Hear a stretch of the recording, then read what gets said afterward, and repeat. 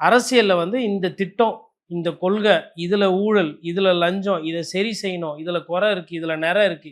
இதுதான் அரசியல். மேடைய போட்டு வாய்க்கு வந்ததெல்லாம் நான் வந்து திருமண கூட்டத்துல ஒயின் ஷாப்புக்கு வாசல்ல வெளில கத்துற மாரி நான் கத்திக்கிட்டு இருப்பேன். அவனே, இவனே, அதுவே, இதுவேன்னா சரி. நாளைக்கு நான் என்ன கேட்கிறேன்னா, இது வந்து தேர்தல் நேரம். ஒரு 4 பேர் திமுகலேருந்து உள்ள பூந்துட்டாங்க. எதார்த்தத்த பேசுவோம். நல்லா சோடா பாட்டில் எடுத்து உட்றான். எங்க? மேடை மேல. பட்டுது. நீங்கலாம் பணக்கார வீட்டு பாய்ஸ். அடிக்கடி பார்த்தா கூட தனியார் ஆஸ்பத்திரியில போய் படுத்துக்குவீங்க. அங்க கூடுகிற கூட்டத்தில தள்ளு முள்ளு ஆயி, ஏதோ ஒரு அசம்பாவிதம் ஆயி, அங்க ஒரு 3 பேர் செத்தா, யாரு பொறுப்பு? ஏன்னா வெறுப்பேத்தணும், உசுப்பேத்தணும்னு இந்த மாரி பேசுறீங்களா?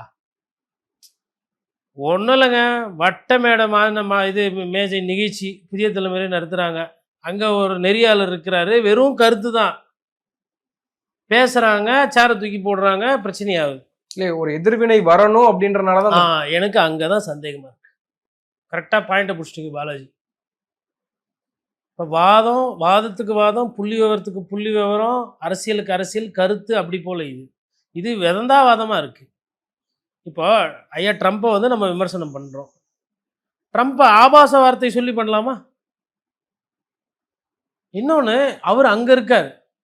இப்ப இங்க பேசுறதுனால அது பெரிய எதிர்வினை வராது. குறைந்தபட்சம். இல்லைங்களா? பட் முதல்வர் இங்க இருக்கிறாரு. திமுகன்றது ஒரு பெரிய கட்சி. நீங்களும் இன்னைக்கு வந்து வளர்ந்துட்டு வர கட்சி. அப்படி இருக்கும்போது இப்படி நீங்க ஒரு தலைவர். 2ஆம் கட்டமோ, 3ஆம் கட்ட தலைவர். நல்லா ஆளு வளர்ந்த அளவுக்கு சிந்தனை வளரலையே. சிந்தனை குறுகிய சிந்தனையா இருக்கே. மேன்மையான வார்த்தைகள் வரலையே. கடின வார்த்தைகள், தடின வார்த்தைகள் சண்டைய மூட்டுற மாரி இருக்கே. ஏதாவது ட்ரிகர் ஆகுங்க. அதுதான்.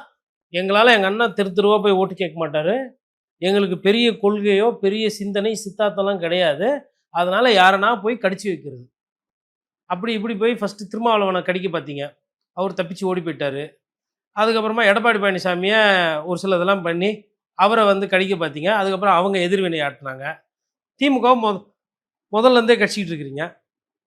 அதுக்கப்புறம் யார் யாரெல்லாம் பேசுறாங்களோ, அவங்களெல்லாம் சமூக வலைத்தளத்தில போய் கடிக்கிறீங்க. அதுக்கப்புறம் சம்மந்தமே இல்லாம அவர் பாட்டுன்னு பாம்பு போல சிவனேன்னு போயிட்டு இருக்காரு. யாரு? Super star Rajinikanth. அவர போய் பெராண்டி கடிக்க போறீங்க. இல்ல திமுக எல்லாத்தையும் பயமுறுத்துறாங்க. ம். திருமாவளவன் அவர்களையே வந்து பயமுறுத்தி தான் கூட்டணிக்குள்ள வச்சுக்கிறாங்க. திருமாவளவன் அவர்கள் திமுகவை பார்த்து பயப்படுறாரு. இது எப்ப இவர் கனவுல வந்து சொல்லிட்டு போனாரா? காது கிட்ட அதுவே நான் தான் திரும்ப நான் வந்துக்கிறேன். பயமாகுது. எனக்கோசரம் பேசு குமாரு அப்படின்னு அது மாரி படத்துலலாம் காட்டுற மாரி எதாவது சொல்லிட்டு போனாரா? அவருக்கு பிரச்சனைன்னா அவரு பேச போறாரு. அவங்களெல்லாம் பார்த்தா பயப்படுற மாரியா தெரியுது?